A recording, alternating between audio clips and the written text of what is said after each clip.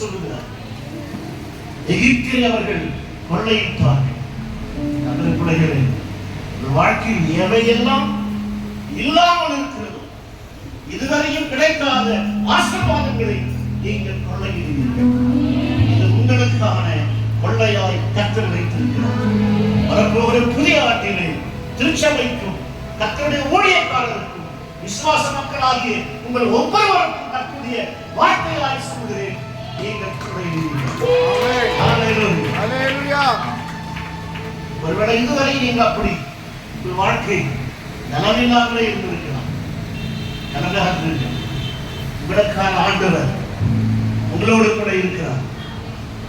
உங்களுடைய கர்த்தர் உங்களுக்கு ஜெயம் தருவார். நிச்சயமாய் நீங்கள் உங்களுக்கான ஆசீர்வாதங்களை கொள்ளையிடுவீர்கள். அல்லேலூயா. சரி, நான் ஒரு 5 குறிப்புகளை வேகமாக சொல்லி நான் முடிக்க விரும்புகிறேன்.